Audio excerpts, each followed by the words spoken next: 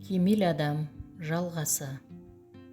Уа падишам, мен сізге екі сүйек берейін, бірі патшаныкі, бірі қайыршыныкі, соның қайсысы кімдікі екенін ажырата аласыз ба дейді. Ескендір қарап көріп басын шайқайды. Түбінде патша мен қайыршының арасында айырмашылық болмайтын болса, онда қайыршыдан падишаға айналудың маған қажеті бар ма дейді жігіт. Сені жұрт өз бақытын қайтарған жар емес қайыршы деп еді, сен данышпан екенсің. Билікті қолыңа ал, сенің қойған шартыңның бәріне көнейін дейді Ескендір. Сонда жігіт: уа падиша, сіздің қолыңыздан бәрі келетіні рас болса, онда маған өлмейтін өмір, қартаймайтын жастық, сарқылмайтын байлық, қайғыға айналмайтын қуаныш бер.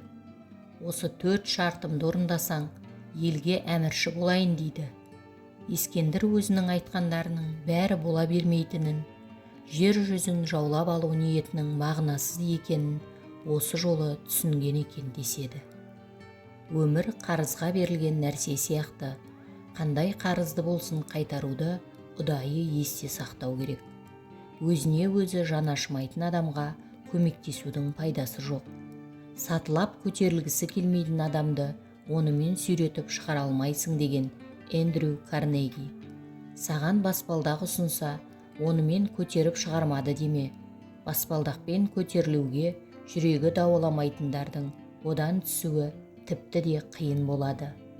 Айнаға өкпелеме, ұрпағың айнадағы өзің. Ұрпағыңа бүгін еккеніңді бірнеше жылдардан кейін аласың. Мінез, тағдыр, келешек.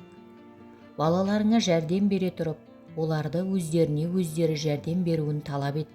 Әйтпесе, оларда кедергіні бұзу қабілеті, табандылық, мінезділік болмай қалады. Байқайсың ба, құс балапандарына аузымен тамақ береді, бірақ өз бетімен ұшуды үйрету үшін көтеріп ұшып биікке шыққанда тастап жібереді. Өмірде жеңіс пен жеңіліс кезек келеді. Жеңсең әрине жақсы. Жеңген жақтың жарасы тезірек жазылады. Жеңген иттің құйрығының қайқысы-ай, артын ашып абыройын жаппаған деген Иран ғайыптың өлеңдерінде. Жеңдім деп тасыма, дүние кезек екені есіңнен шықпасын. Жеңгендердің жеңілгендерге қызыға қарайтын кезі болады. Алдыңнан кездескен кедергілерге қуанатын кезіңде болады. Александр Македонский мен Диоген екеуі Аристотельдің шәкірттері болған. Македонский жеңімпаз патша болды. Диоген тәркі дүние болып, бөшкені баспана етті. Кезекті жорыққа аттанып бара жатқанда Македонский Диогеннің бөшкесінің жанына тоқтап, не тілегің бар айт, орындап кетейін депті. Күннің көзін қалқаламай, былай тұршы депті Диоген. Егер мен Александр болмасам, Диоген болар едім деген екен сонда Македонский серіктестеріне. Даңқтың, атақтың, жаулап алған жерді сақтап қалудың міндеті мен жауапкершілік салмағы патшаның өзіне оңай соқпайтынын осыдан білуге болады. Жеңістің бақытымен бірге соры да бар.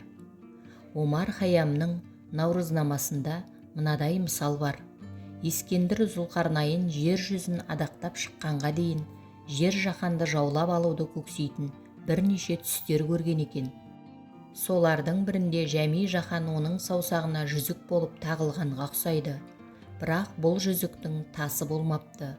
Бұл түсі жайлы Аристотельден сұрағанда, ол: сен жаһанды жаулап аласың, бірақ одан саған келіп кетер пайда болмайды. Себебі түсіңде көрген жүзігің мемлекет, тасы оның сұлтандары мен халқы. Мемлекетті басып алғандарға халық түгел мойынсұна салмайды депті. Сол Александр өлер алдында өзі түсетін табытының екі жанын тесіп, қолын шығарып жерлеуді өтініпті. Бұныңыз қалай дегендерге, менің жер дүниені түгел жаулап алуға тырысуымда ешқандай мағына жоқтығын, о дүниеге өзіммен бірге ештеңе алып бара жатпағанымды кейінгілер көріп ғибрат алсын деген екен. Өмір бақи біз екі қатерлі күштің қарамағында боламыз. Біреуі өлім, Екіншісі адамдардың пікірі. Сені ешкім іздемей қоятын жағдайдан сақтан. Үйіңде телефоның мен есігіңнің шылдыры естілмей, сағаттың шылдыры ғана естілсе, сол жаман. Жасың ұлғайған сайын айналайын деген сөзді көп айт, сонда сүйкімді боласың. Бірақ айналайының шын болсын. Шын болмаса бәрібір сезіп қояды. Алдай саламын деп ойлама. Қартая білуде өнер. Қазына боп қартаю бар, қазымыр боп қартаю бар. Өзіңнің қажетті екеніңді сезін, бірақ қажетті екенмін деп өзің ғана ойлап жүрме. Тіптен қажетсіз адамдар болмайды. Белгіленген мерзімге дейін ғана қажетті адамдар болады. Бұлақтың суын ішіп болып, жөніне кетіп бара жатқандарды көріп ойладым. Адамды да осылай пайдаланып болып, жөнімізге кетіп жатады екенбіз-ау деп. Бенджамин Франклин күнделікті ұсақ тіршіліктің мынадай 13 принципін ұстанады екен. Ұстамдылық, үндеместік, тәртіп, тәуекел, қабілеттілік, ашықтық, әділдік, тиімділік, шаманы білу, таза тәбеттілік, тыныштық, ниет тазалығы, қарапайымдылық. Өз ойларыңды қанатым деп есепте, тілегіңді ұрпағым де, дейді Қытай нақылы. Бір нәрсеге қиналғанда немесе қайғы басқанда, бір жерде басқа біреу сенен де бетер қиналып немесе қайғыланып жүргенін ойла. Сөйт те тәубеге кел. Аяқ киім жоқтығынан жалаңаяқ жаркештілігіме зығырданым қайнап жүргенде, аяғы жоқ адамдарды көріп, Тәңіріме тәубе еттім, дейді Қытай нақылы. Сүлеймен патшаның сақинасының сыртында бәрі өткінші деген сөз бар екен. Қиналғанда, қайғы басқанда соны көріп, өзін өзі жұбатады екен. Бір күні жазуды оқып, жұбанудың орнына ызасы келіп, сақинасын алып лақтырып жібергенде, сақинаның ішкі жағында тағы бір жазу барын байқайды. Сақинаны алып оқып қараса, бұл да өтеді деген сөз екен. Ащы мысқылмен Сүлеймен патша сақинаны қайта киіпті және бұдан былай қолынан тастамаған екен деседі. Еңбек. Жан иелерінің өзге жаратылыстан айырмашылығы өз қорегін өзі табуға тырысатындығы.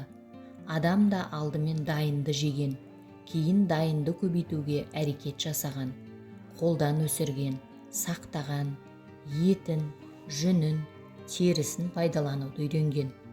Қашан да болса жұмысқа қабілеті бар адамдардың 20% қандай жағдайда да жұмыс істейтіндер, 15% еш уақытта жұмыс істемейтіндер, ендігі 65% стимул болғанда ғана жұмыс істейтіндер. Бізде мен үшін өкімет не істеп жатыр деп ойлау көп. Мен өзім үшін не істеп жатырмын деп ойлау аз. Адам жұмыстан өлмейді. Жалғыздықтан, құсадан, керексіздіктен өледі. Құсқа қанат қандай керек болса, жұмыс адамға сондай керек. Арманың биік болсын. Өзеннің арғы бетіне тура осы тұсқа өтуі керек деген адам жоғарырақ алады. Сонда ғана ағыспен керекті тұсыңа барасың. Істеп жүрген жұмысыңнан бақыт табам десең, оның 3 шарты орындалсын. Бірінші, атқаруға тиіс жұмысыңа шаман келетін болсын. Екінші, ол жұмысты шектен тыс ауырламайтын бол. Үшінші, істеген жұмысыңның қорытындысы болсын, деген Рескин. Бүгін істеу керек нәрсені бүгін істе, ал көңілің қалаған нәрсені ертең немесе бүрсігін істесең де болады. Лажы болса, көңілің қалаған нәрсе қажет нәрсе болсын. Өзбектерде бекер жүргенше бекер істе деген мақал бар. Сол рас, тым болмаса жұмыс үйренесің, уақытың босқа кетпейді, қабілетің мен жұмыскерлік қалпыңды айнытпайсың, тәжірибең артады. Жігіт адамға бас кесір, еріншектік, ортаншы кесір, ұйқышылдық, кенже кесір, кедейлік дейді Төле би. Өзің жете алатын нәрсені Құдайдан сұрап қайтесің депті Эпикур. Басқа жәрдем жоқ кезде суға батып кетпеудің амалы қолмен есе беру. Бұлай қарасаң, біреулердің жолы болғыш та, Біреулер қанша тырбанса да ештеңе шығара алмағандай болып көрінеді. Мүмкін кейбіреуге сәттілік жиірек жолығатын шығар. Бірақ мен жолы болғыштарға сенемін. Қанша қадалып жұмыс істесем, сонша жолым болады. Абылайхан Төле бидің малын бағып жүріп, мен қазаққа хан боламын деп мәлімдеп, соған жетуге талаптанған. Сол талаптың нәтижесінде қазақтың ең ұлы, ең ардақты ханы болды. Сен кім болсаң да мейлің, тіпті көр қазушы болсаң да, өз ісіңнің ең шебер маманы болуың керек деп өсиеттепті Джозеф Кеннеди, Америкадағы президенттер әулетінің басшысы Джон Роберт Кеннедилердің әкесі.